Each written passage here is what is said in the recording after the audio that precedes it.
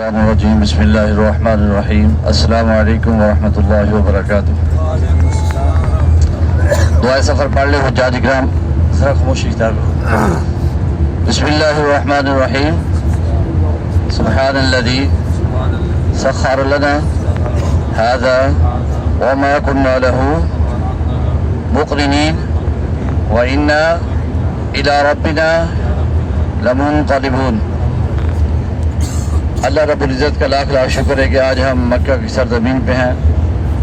وہ مکہ جس کی قسمیں رب کریم خود اپنی کتاب میں اٹھاتا ہے، وہ مکہ جس کی طرف ہم اپنے ملک میں، اپنی مساجد میں، اپنے گھر میں مکہ کی طرف رخ کر کے عبادت کرتے ہیں، اللہ سے مانگتے ہیں، اللہ کے آگے ہاتھ پھیلاتے ہیں، اللہ ہمیں عطا کرتا ہے۔ وہ مکہ جس کے اندر اللہ کریم کا گھر ہے، جس گھر کو ہم دیکھنے کے لیے، جس گھر کا ہم طواف کرنے کے لیے اپنے ملک سے آتے ہیں، دن نکال کے پیسہ لگا کے، آج اسی مکہ مکرمہ میں آپ موجود ہیں۔ وہ مکہ جس میں آپ ایک مرتبہ سبحان اللہ کہتے ہیں، ایک نماز ادا کرتے ہیں تو اللہ کریم آپ کو ایک کے بدلے میں 1 لاکھ کا اجر عطا کرتے ہیں۔ آج اسی مکہ مکرمہ میں آپ موجود ہیں۔ اللہ تعالیٰ کے فضل و کرم سے اللہ تعالیٰ جن سے محبت فرماتا ہے، جن کو پسند کرتا ہے، انہیں کو یہاں مکہ آنے کا موقع نصیب کرتا ہے۔ یہ انسان مت سوچے کہ میرے پاس زیادہ رقم ہے یا میرے پاس کوئی اعلیٰ عہدہ ہے، اس کو استعمال کرتے ہوئے یہاں پہنچ جاتا ہوں، تو اس کی غلط فہمی ہے۔ یہاں وہ بھی لوگ آ سکتے ہیں جن کو اللہ پسند کرتا ہے، اللہ جن کے ناموں کی منظوری دیتا ہے، تو آپ خوش نصیب ہیں ان میں۔ اللہ نے آپ سے محبت فرمائی، آپ کو پسند کیا، یہاں آنے کا موقع نصیب کیا۔ تو میرے بھائی، آج ہم مکہ سے وادی طیف کا سفر کر رہے ہیں۔ وہ وادی طیف جس کا سفر آقا صلی اللہ علیہ وسلم نے کیا تھا، یہ سوچ کے کہ میں وہاں جاؤں۔ اس وقت عرب کی سرزمین پہ کفار کا غلبہ تھا، مسلمان کم تعداد میں تھے، چھپ کو عبادت کرتے تھے، کھلے عام عبادت کرنے کی ان کو اجازت نہ تھی۔ مکہ اور مدینہ طیف کے اندر مسلمانوں کو تنگ کیا جا رہا تھا، پریشان کیا جا رہا تھا۔ اللہ کا حبیب ہمارا محبوب نبی اکرم صلی اللہ علیہ وسلم اپنے منہ بولے بیٹے حضرت زید بن حارثہ رضی اللہ تعالیٰ عنہ کو ساتھ دیتے ہیں، مکہ سے طیف کا سفر شروع کرتے ہیں۔ وہ طیف اس وقت یہ گاڑیاں بھی نہ تھی، روڈ بھی نہ بنے ہوئے تھے، مشکل راستہ تھا، کئی دن لگ گئے وہاں جاتے ہوئے۔ جب وہاں پہنچتے ہیں، 3 کفیل 3 ستاروں کو ایک جگہ جمع کیا جاتا ہے، ایک مقام پہ ان کو اللہ کی طرف بلایا جاتا ہے، دعوت دی جاتی ہے اللہ ایک ہے، اللہ کے سوا کوئی معبود نہیں، نفع نقصان کا مالک وہی ذات ہے۔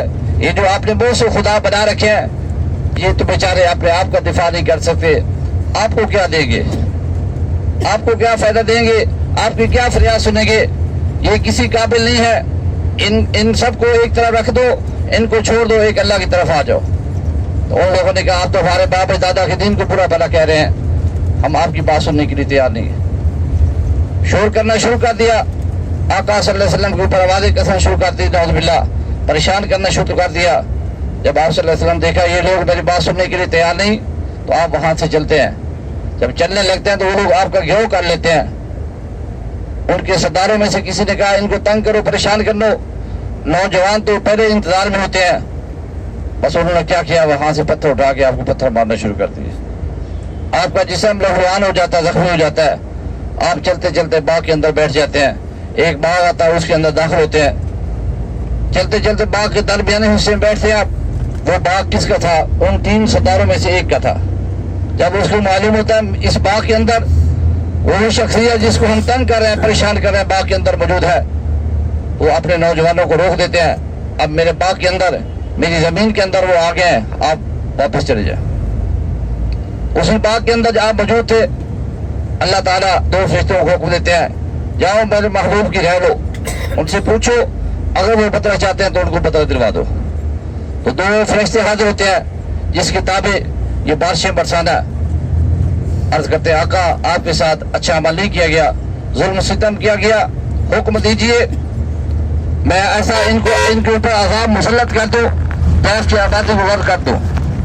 دوسرا فرشتہ حاضر ہوتا ہے جس کے تابع یہ پہاڑوں کو الٹ دینا، ریزہ ریزہ کر دینا، وہ حاضر ہوتا ہے۔ عرض کرتا ہے آقا آپ کے ساتھ اچھا عمل نہیں کیا گیا، ہمیں افسوس ہے، حکم دیجئے میں پہاڑوں کو اٹھا کے نیچے پھینک دیتا ہوں، اس آبادی کو ایسے پیس دیتا ہوں جیسے چکی کے اندر دانوں کو پیسا جاتا ہے. اس وقت آبادی بہت کم تھی, پہاڑ تھے. اب تو پہاڑوں کاٹ کاٹ کے یعنی راستہ بنا دے گئے, آبادی ان کے گھر بنا دیے گئے لوگوں کے. تو اللہ کے محبوب نے پوچھا آپ لوگ اپنی طرف سے ہیں کیا اللہ کریم نے آپ کو بھیجا ہے؟ تو انہوں نے عرض کیا اللہ کریم نے ہمیں حکم دیا جاؤ میرے محبوب سے رہ لو, اگر وہ بدلہ چاہتے ہیں تو بدلہ دلوا دو ایسا کہ دنیا یاد کر رکھے. تو اللہ کے محبوب نے منع فرما دیا میں ظلم کا بدلہ ظلم سے دینے نہیں آیا. وما ارسلناک الا رحمۃ للعالمین, اللہ نے مجھے دنیا میں رحمت بنا کے بھیجا ہے. آپ ان کو کچھ نہ کہیں, آپ چلے جائیں, میں دیکھ رہا ہوں انشاءاللہ یہاں سے لوگ نکلیں گے, اسلام پوری دنیا میں پھیلانے کا سبب بنے گے, ذریعہ بنے گے. پھر دنیا نے دیکھا محمد بن قاسم وہاں سے نکلتے ہیں, ہندوستان پاکستان کے بہت سے علاقے فتح کیے, اسلام کا جھنڈا بلند کیا. وہ کہاں کے تھے؟ طیف کی وادی کے رہنے والے تھے, طیف کی نسل تھے, طیف کا خون تھے. آج بھی پوری دنیا کے اندر سعودی عرب کی طرف سے جو رفائی کام کیے جاتے ہیں, اچھے عمل کیے جاتے ہیں, انہوں نے طیف والوں کا بہت بڑا کردار ہے. اگر اس دن آقا صلی اللہ علیہ وسلم فرما دیتے مجھے بدلہ چاہیے, ان لوگوں نے میرے ساتھ اچھا سلوک نہیں کیا, تو آج طیف کا نام نشان نہ ہوتا, طیف کھنڈرات ہوتے, طیف پورا علاقہ یعنی ختم ہو چکا ہوتا. تو اللہ کے محبوب نے منع فرما دیا, محبت فرمائی. آج طیف کی آبادی بہت بڑی, علاقوں کے حساب سے اس کی آبادی ہے, بہت بڑا شہر ہے. مکہ کی نسبت, مدینہ کی نسبت, طیف کی نسبت وہاں گرمی بہت کم ہوتی ہے, خوبصورت علاقہ ہے, سبزہ بہت زیادہ ہے. تو میرے بھائی آج اسی طیف کے اندر ہم جا رہے ہیں جس کے بارے میں آقا صلی اللہ علیہ وسلم فرمایا میری زندگی کے اندر مجھے طیف والوں نے سب سے زیادہ تکلیف پہنچائی. آج اسی طیف کے اندر ہم جا رہے ہیں, تو ہم بھی ایک اچھے عمل کی وجہ سے آ رہے ہیں. انشاءاللہ تعالی ہمارا سفر جو خیر و عافیت کے ساتھ ہوگا. ہم نے دعائے سفر پڑھ لی تھی, اللہ کا فرمان ہے جب انسان دعائے سفر پڑھ لیتا ہے تو وہ میری پناہ میں آ جاتا ہے, میں اس کے محافظ بن جاتا ہوں. تو آپ تو ویسے ہی اس اللہ کریم کے مہمان ہیں جو پوری دنیا کو دے رہا ہے, اپنے فرمانداروں کو بھی دے رہا ہے, نافرمانوں کو بھی دے رہا ہے. حساب کتاب تو ہوگا, اس کے مطابق عمل ہوگا جو دنیا پہ ہم کر کے جائیں گے, لیکن اللہ کریم سب کو دے رہا ہے. یہ نہیں اللہ نے فرمایا کہ یہ میرا نافرمان ہے اس کا روٹی پانی بند. ہاں کسی انسان کے اگر بس میں ہوتا ہے, اس کے کنٹرول میں ہوتا ہے سارا نظام چلانا, تو اس کے ساتھ جس کی نہیں بنتی سب سے پہلے تو ان کو بھوکا مارتا وہ. تو میرے بھائیو آقا صلی اللہ علیہ وسلم محبت بانٹنے والے تھے. آقا صلی اللہ علیہ وسلم یہ دیکھیں اس طرف ابھی مکہ کی زیارات بھی ساتھ ساتھ آپ کو بتاتے جائیں. یہ مقبرہ حیدر ہے آپ کے, ابھی آپ نے کراس کیا, آگے زیارت جو آتی جائے گی مکہ کی انشاءاللہ اس کے متعلق بھی آپ کو بتاتے جائیں گے. جن ساتھیوں نے یہاں زیارت مکہ کر لی ان کو تو معلوم ہے کون سی زیارت کہاں پہ ہے.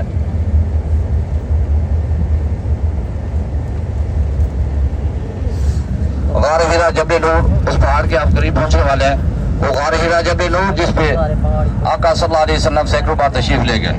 خوش نصیب پہاڑ جس پہاڑ کو دیکھنے کے لیے حجاج کرام لاکھوں کے حساب سے اس پہاڑ کے اوپر جا چکے ہیں اب تک. یہ خوش نصیب پہاڑ وہ ہے جس کے اوپر قرآن پاک کی پہلی وحی نازل ہوئی. بسم اللہ الرحمن الرحیم, اقرأ بسم ربک الذی خلق. اس سورت کی چند آیات اسی پہاڑ کے اوپر نازل ہوئی.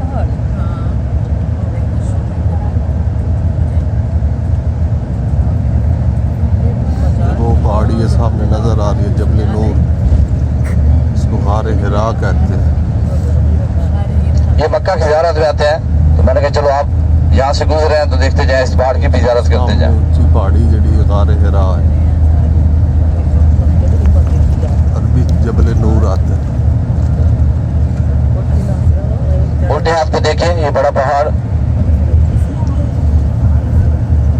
جب بھی جائیں ذرا تیاری کر کے جائیں, بوٹ وغیرہ شوز وغیرہ پہن کے جایا کریں. کوشش کریں صبح کے وقت جایا کریں, نماز کے فوری بعد 2-3 گھنٹے لگ جاتے ہیں. آرام سے بھی جائیں تو پھر بھی 2-2.5 گھنٹے تو آرام سے لگ جاتے ہیں.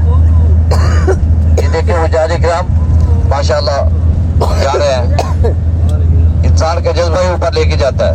یہ 3 پہاڑ ہم ان سے کیوں محبت کرتے ہیں مکہ کے اندر؟ جبل رحمت, غار ثور, غار حرا, پہاڑ تو بہت ہیں. ان پہاڑوں سے ہم محبت کیوں کرتے ہیں؟ اس لیے آقا صلی اللہ علیہ وسلم ان پہاڑوں کے اوپر تشریف لے گئے. ان کی نسبت نبی اکرم صلی اللہ علیہ وسلم کے ساتھ ہے. ان پہاڑوں کے ساتھ اس لیے ہم محبت کرتے ہیں, ان کو دیکھنے اس لیے جاتے ہیں, ورنہ پہاڑ تو بہت ہیں. تو میرے بھائیو آقا صلی اللہ علیہ وسلم نے بچپن میں بھی سفر کیا تھا. اما حلیمہ اس وقت عرب کے اندر ایک رواج تھا, شہروں کے اندر جو بچے پیدا ہوتے دیہاتوں سے دائیں آتی ان کو لے کے جاتی, سال 6 ماہ کے لیے ان کی پرورش دیہاتوں کے اندر کی جاتی, کھلی فضا کے اندر کی جاتی. وہ دن بھی ایک عجیب دن تھا. ایک دائیوں کا گروپ آتا ہے بنی سعد کے علاقے سے, دیر سے آگے تقریباً 70 سے 80 کلومیٹر آگے بنی سعد کا علاقہ ہے, وہاں سے ایک گروپ آتا ہے مکہ شہر کے اندر. اس وقت مکہ کی آبادی بہت کم تھی, تو ان کو معلوم ہوا کس محلے میں کس گلی میں بچہ پیدا ہوا ہے.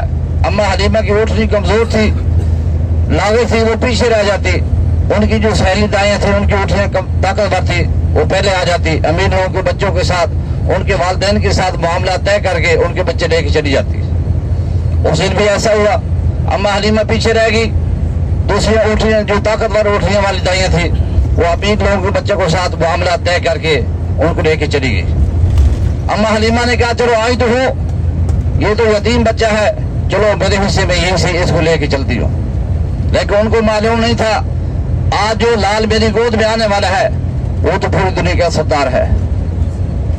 تو میرے بھائیو اما حلیمہ جب پہنچتی ہے, معاملات آپ نے طے کرتی ہے.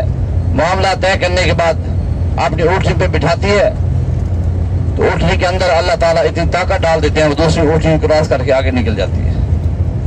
جب اپنے گھر میں پہنچتی ہے بنی سعد کے علاقے میں, ساتھ والی اونٹنیاں والی جو طاقتور اونٹنیاں تھی اس کے اوپر جو ان کی سہیلیاں موجود تھی وہ بھی بہت حیران ہو رہی تھی, پریشان ہو رہی تھی. آج اما حلیمہ کی اونٹنی کیا ہو گیا, ہم سب کراس کر کے آگے جا رہی. اما حلیمہ خود حیران تھی, اتنا خوبصورت بچہ میں نے آج تک نہیں دیکھا. اور جیسے ہی یہ بچہ میری اونٹنی کے اوپر بیٹھتا ہے اس اونٹنی کے اندر اللہ طاقت ڈال دیتا ہے. جب گھر پہنچتی ہے تو کیا ماجرا ہوتا ہے, ایک بکری ہے کمزور سی ہے, بہت کم دودھ دیتی ہے. پریشان بھی ہے ماں کہ آج ایک بچے کا اضافہ ہو گیا ہمارے گھر میں, یہ بکری والا دودھ کیسے پورا ہوگا. تو جب گھر کے برتن لے کے دودھ نکالنے کے لیے بیٹھتی, گھر کے برتن سارے بھر جاتے ہیں, دودھ ختم ہونے کا نام نہیں دیتا. اس وقت اما حلیمہ کو یقین ہو جاتا ہے یہ بچہ کوئی عام بچہ نہیں ہے, اللہ کا خاص بچہ ہے, اللہ کا محبوب بچہ ہے. یہ سارے واقعات وہاں ہونا شروع ہو گئے. ایک دن اما حلیمہ کی بیٹی حضرت شیبہ چھوٹی سی بچی تھی, وہ بھی اس کی ذمہ داری میں تھا جو بکریاں گھر کی تھی اس کو چرانے نے وہ لے کے جاتی فصلوں کے اندر. ایک دن ماں سے پوچھے بغیر آقا صلی اللہ علیہ وسلم کو ساتھ لے کے چلی جاتی ہے. پہلے جو بکریاں اس کو تنگ کرتی تھی, پریشان کرتی تھی, ادھر ادھر بھاگ جاتی, اس دن بکریاں کیا کرتی ہیں بہت اچھی بن جاتی ہیں. بکریاں اپنا پیٹ بھرنے کے بعد جہاں اوشیما نام کی بچی لے کے آقا صلی اللہ علیہ وسلم کو اپنی گود میں لے کے بیٹھی ہے اسی مقام پہ ایسے گولدارہ بنا کے کھڑی ہو جاتی ہیں دیکھنے کے لیے. وہ بچی تھی, اس کو معلوم نہیں تھا یہ کیا ہو رہا ہے میرے ساتھ. کچھ دن بعد ماں سے کہتی ہے اے ماں میں اپنے بھائی کو ساتھ لے کے جانا چاہتی ہوں. تو ماں کہتی ہے اے بیٹی تو ڈبل مشقت کیوں اپنے پاس لینا چاہتی ہے. پہلے تو بکری چلانے جاتی ہے, تنگ ہوتی ہے, پریشان ہوتی ہے, ایک چھوٹے سے بچے کو کیسے سنبھالے گی. تو اس دن کہنے لگا ہے ماں آپ سے بغیر پوچھے ایک دن میں بھائی کو ساتھ لے کے چلی گئی, اس دن میرے ساتھ یہ معاملہ پیش آیا. تو اس طرح بہت سے واقعات ہوتے رہے. ان کو معلوم ہو گیا یہ خاص بچہ نہیں ہے, یہ خاص بچہ ہے, کوئی عام بچہ نہیں ہے. دل میں ڈر بھی تھا اس بچے کو تکلیف نہ ہو جائے, میں اس کے والدین کو کیا جواب دوں گی جن سے میں لے کے آئی. لیکن دل جو تھا یہ مجبور تھا, دل کرتا تھا میں واپس نہ کروں, اس بچے کو اپنے پاس ہی رکھوں. تو انشاءاللہ آج وہ مقامات ہم دیکھیں گے. مسجد عبداللہ بن عباس ہمارا سب سے پہلا سٹاپ ہوگا, وہاں رکیں گے ہم انشاءاللہ. آپ کو 40 منٹ دیا جائے گا. مسجد عبداللہ بن عباس وہ علاقہ سارا حضرت عبداللہ بن عباس کے نام سے منسوب ہے. حضرت عبداللہ بن عباس کون ہے؟ آقا صلی اللہ علیہ وسلم کے چچا زاد بھائی ہیں, بہت بڑے عالم ہیں. حضرت عباس رضی اللہ تعالیٰ عنہ کے بیٹے ہیں, مفسر تفسیر ہیں. ایک مرتبہ اللہ کے محبوب سے عرض کرتے ہیں میرے بھائی میں یہاں مکہ چھوڑنا چاہتا ہوں, مجھے اجازت دیجیے, میں کہاں بسیرا کروں. تو آقا صلی اللہ علیہ وسلم نے فرمایا عبداللہ میرے بھائی مکہ میں تو لوگ بسنا چاہتے ہیں, آپ کیوں مکہ چھوڑنا چاہتے ہیں. تو عرض کیا آقا مجھے ڈر ہے, مجھے خوف ہے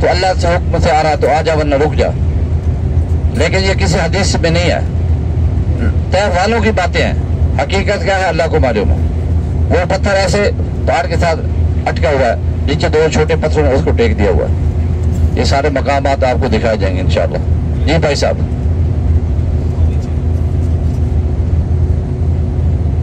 تھوڑا خسکا لگ رہا ہے، پانی چاہیے. پانی چاہیے. سلیم بھائی سلیم بھائی صاحب، ذرا پانی تو کھالا کا جب خسکا لگے. بچے کے لیے نہیں وہ کھالا ہے، کھالا نہیں گرم پانی. کھانا کے لیے. گرم پانی.